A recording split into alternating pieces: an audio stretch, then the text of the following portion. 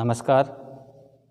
माध्यमिक आदर्श विद्या मंदिर के ऑनलाइन क्लासेज में सभी भैया बहनों का मैं बहुत स्वागत करता हूं, अभिनंदन करता हूं। पिछले वीडियो में ऑनलाइन क्लास में हम लोगों ने कर्ता एवं कर्म कार्य के विषय में अध्ययन एवं अध्यापन का कार्य किया था। आज हम लोग इसी प्रसंग को आगे बढ़ाते हुए करण कारक के विषय में चर्चा करेंगे, पढ़ेंगे। जैसे कि मैंने लिखा है करण कारक। करण कारक की परिभाषा मैंने लिखी है, कार्य सिद्धि में जो अधिक सहायक होता है उसे करण कारक कहते हैं।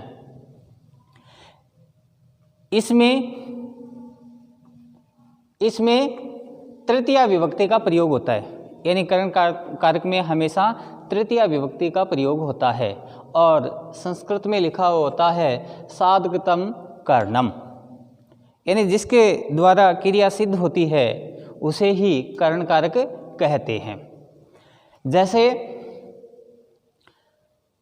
कर्तृकरणीयोस्ततः तृतीया, यानी भाववाच्य एवं कर्मवाच्य के कर्ता कारक में तथा करण कारक में तृतीया विभक्ति का प्रयोग होता है। जैसे रामः कलमेन लिखति, यहाँ देखिए राम कर्ता है और ये करण है, करण में तृतीया आ गई। दूसरा उदाहरण लिखा है बालः जलेन मुखम प्रक्षाल्यति, यहाँ देखिए करण कारक में और यहाँ जलेन में तृतीया विभक्ति आई है। अब जैसे कर्तृ का कर्ता लिखा है, यानी कर्ता कारक में देखो, यानी इसका जो कर्ता है राम है, तो रामेण लेख लिख्यते, ये कर्मवाच्य है।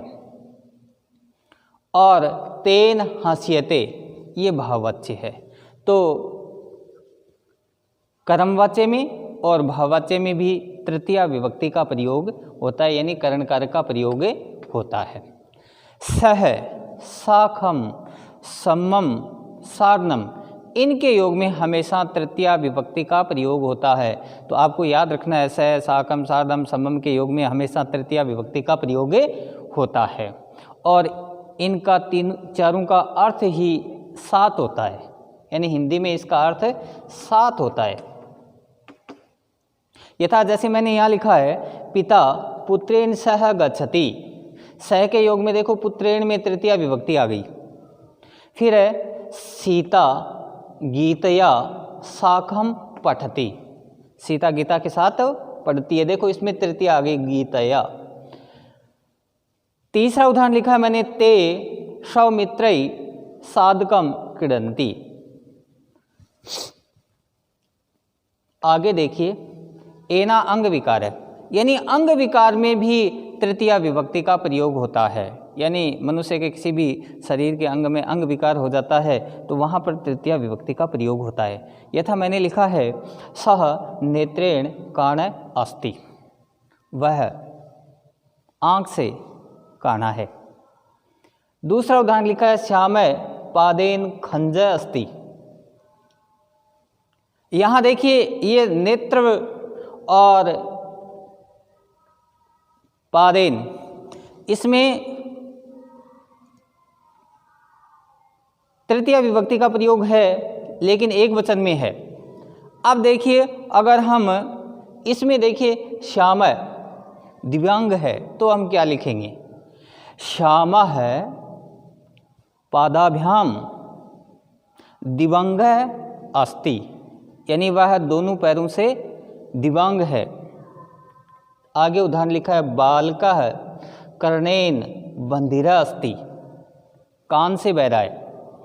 सूरदास है नेत्राभ्याम अंध अस्ति, यहाँ देखिए नेत्राभ्याम आया है क्योंकि एक का वर्णन नहीं है, यहाँ दोनों आँखों का वर्णन है, इसलिए यहाँ द्वितीय विभक्ति में नेत्राभ्याम आया है। तो थोड़ा सा आप ये ध्यान रखना कि एक वचन में तो एक वचन आएगा, जैसे यहाँ एक वचन में नेत्र, एक वचन में तो नेत्रेण आया है, लेकिन यहाँ देखो द्विवचन में है तो नेत्राभ्याम आया है। ठीक है, तो इसको थोड़ा सा आप समझना। फिर आगे देखो यहाँ लिखा है इथम भूत लक्षणे, जिस चिन्ह से किसी का ज्ञान हो, यानी जिस चिन्ह की सहायता से किसी का अगर ज्ञान होता है तो वहाँ पर भी तृतीया विभक्ति का प्रयोग होता है। स जटा भी तापसी प्रतीयते, वह जटाओं से तापसी लगता है। दूसरा उदाहरण लिखा है मैंने, सह बालक पुस्तक छात्रा प्रतीयते, वह बालक पुस्तकों से पता लगता है, पुस्तक से पता लगता है कि वह बालक है। अब अगला लिखा है मैंने, हेतुवाची शब्दों में तृतीया विभक्ति होती है, यानी हेतुवाची शब्दों में हमेशा तृतीया विभक्ति का प्रयोग होता है। जैसे उदाहरण लिखा है, स अध्ययनेन वसति, वह अध्ययन के लिए रहता है। विद्याय यश वर्धयते, विद्या से यश बढ़ता है। विद्याय विनिवेन शोभते, ऐसे हेतुवाची शब्दों में हमेशा तृतीया विभक्ति का प्रयोग होता है। प्रकृति भाव से, यानी प्रकृति अगर भाव किसी में होता है तो वहाँ पर भी तृतीया विभक्ति का प्रयोग होता है। यथा सह प्रकृतया साधु अस्ति, वह प्रकृति से साधु है। महेश सुखेन जीवति, महेश सुख से जीता है। तो ये प्रकृति भाव से अगर ऐसा प्रतीत होता है तो वहाँ पर भी हमेशा तृतीया विभक्ति यानी करण कारक का प्रयोग होता है। अलम यानी निषेधार्थ अर्थक में भी हमेशा अलम के योग में भी तृतीया विभक्ति का प्रयोग होता है। अलम हसीतेन, मत हंसो। अलम विवादेन, विवाद मत करो। ऐसे अगर कहीं पर आता है निषेध तो अलम के योग में हमेशा तृतीया विभक्ति का प्रयोग होता है। धन्यवाद।